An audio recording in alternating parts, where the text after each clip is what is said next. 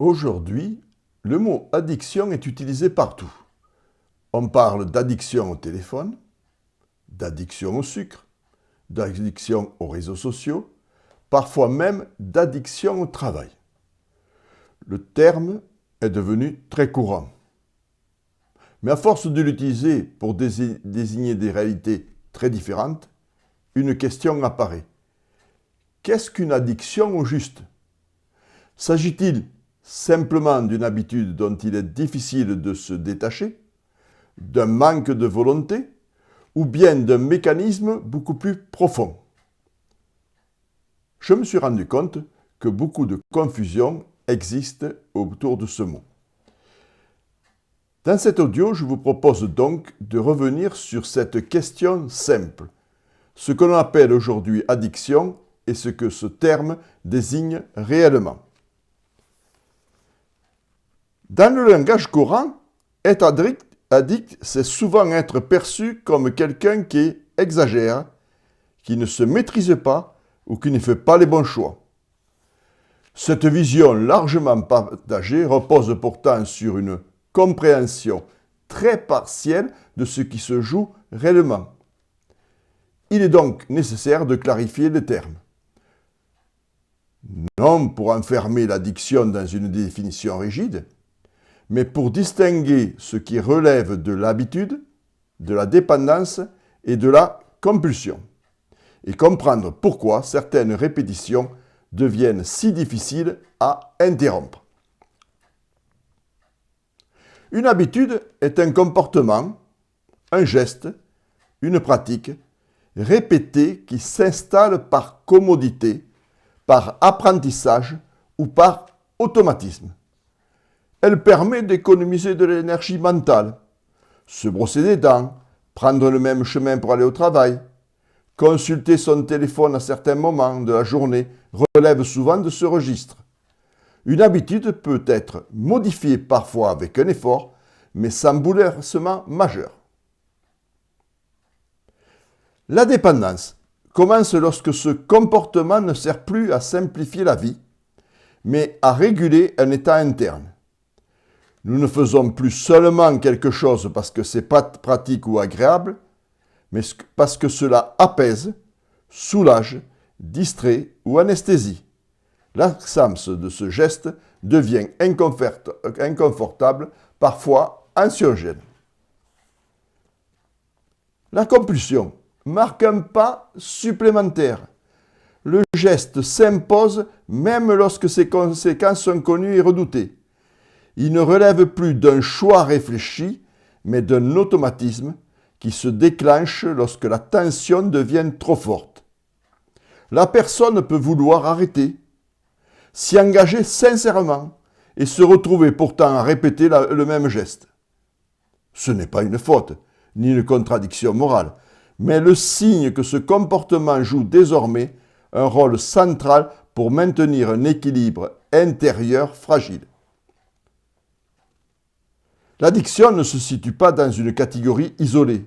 Elle se construit souvent dans le passage progressif de l'habitude à la dépendance, puis à la compulsion, sans rupture nette.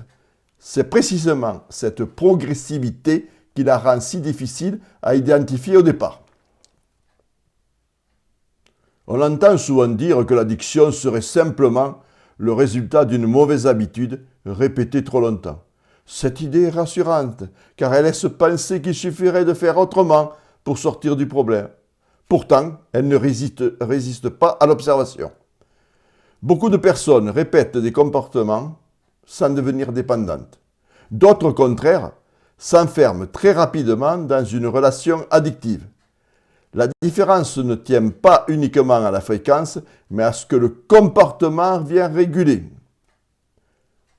Concrètement, une personne peut boire un verre de temps en temps pour le plaisir, sans que cela prenne une place particulière dans sa vie.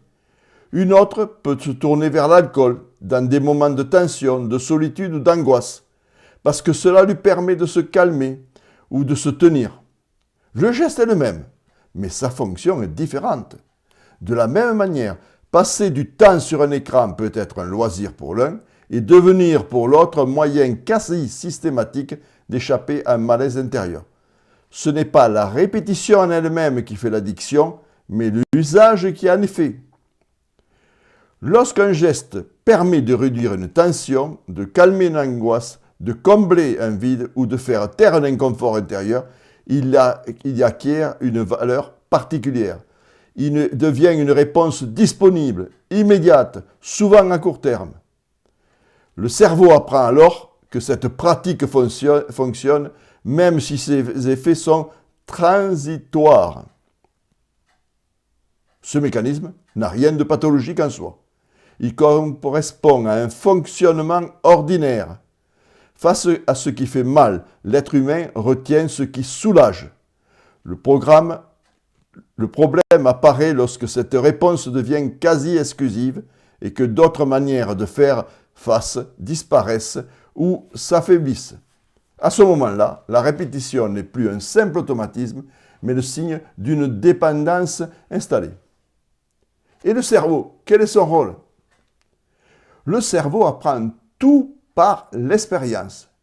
Lorsqu'un geste apporte un soulagement ou un apaisement, même bref, il en garde la trace. Il ne raisonne pas en termes de bien ou de mal, mais en termes d'effet. Est-ce que cela aide à aller mieux? Ici et maintenant. Ce fonctionnement est simple. Ce qui soulage est retenu. Ce mécanisme par lequel le cerveau retient et reproduit ce qui améliore l'état intérieur est souvent désigné sous le nom de circuit de la récompense. Il n'est pas nécessaire d'en connaître les détails pour en saisir l'essentiel. Le cerveau apprend à privilégier ce qui fait du bien ou ce qui fait moins mal. Concrètement, cela se joue par exemple dans des situations très ordinaires. Une personne peut remarquer qu'après une journée tendue, un geste précis l'aide à se détendre, à moins ruminer ou à trouver le sommeil. Une autre constate qu'un comportement familier lui permet de faire taire une angoisse passagère ou de supporter un moment de solitude. À chaque fois, le message est enregistré. Ce geste a fait du bien ou a fait moins mal. Peu à peu, le cerveau anticipe cet effet. Dès que la tension réapparaît, il propose automatiquement la même solution. Ce mécanisme est d'autant plus puissant lorsque la personne traverse une période de fatigue, de stress, de surcharge émotionnelle ou de fragilité intérieure. Dans ces moments-là, il n'y a pas d'espace pour réfléchir longuement. Le cerveau cherche avant tout à réduire l'inconfort. Dans ces conditions, il privilégie les solutions rapides et déjà connues. Il ne cherche pas à ce qui serait le plus bénéfique à long terme, mais ce qui est immédiatement disponible et efficace sur le moment. Un autre élément qui intervient très fréquemment, c'est le stress. Le stress joue un rôle central dans l'installation des addictions. La capacité à réfléchir avant d'agir et à prendre de la distance par rapport à ce que l'on ressent diminue. Le cerveau cherche avant tout à réduire l'inconfort. Dans ces moments-là, les automatismes prennent le relais. Plus un comportement est utilisé pour faire face à la tension, plus il devient la réponse privilégiée lorsque cette tension réapparaît. Avec le temps, la répétition transforme ce geste en réflexe. Il n'est plus précédé d'une décision consciente. Il surgit en réponse à un signal interne ou externe. Une émotion qui monte, une situation stressante, une pensée envahissante, une situation de vide ou de fatigue. À ce stade, la personne peut avoir le sentiment d'agir contre elle-même. Pourtant, ce geste n'est pas dirigé contre elle. Il constitue une tentative de protection face à un inconfort devenu difficilement tolérable, même si cette protection se relève de plus en plus coûteuse. Comme vous le voyez, cet audio permet de comprendre pourquoi l'addiction s'installe, pourquoi elle résiste et pourquoi certaines réponses intuitives échouent. C'est à partir de cette compréhension que la question du choix, du contrôle et de la liberté pourra être abordée avec plus de justesse. Et vous, comment comprenez-vous aujourd'hui le mot addiction? Est-ce un terme qui vous paraît clair ou au contraire un mot que l'on utilise parfois un peu trop facilement? Je serai très intéressé par vos retours et commentaires. Et nous nous retrouverons pour un prochain audio et un prochain podcast.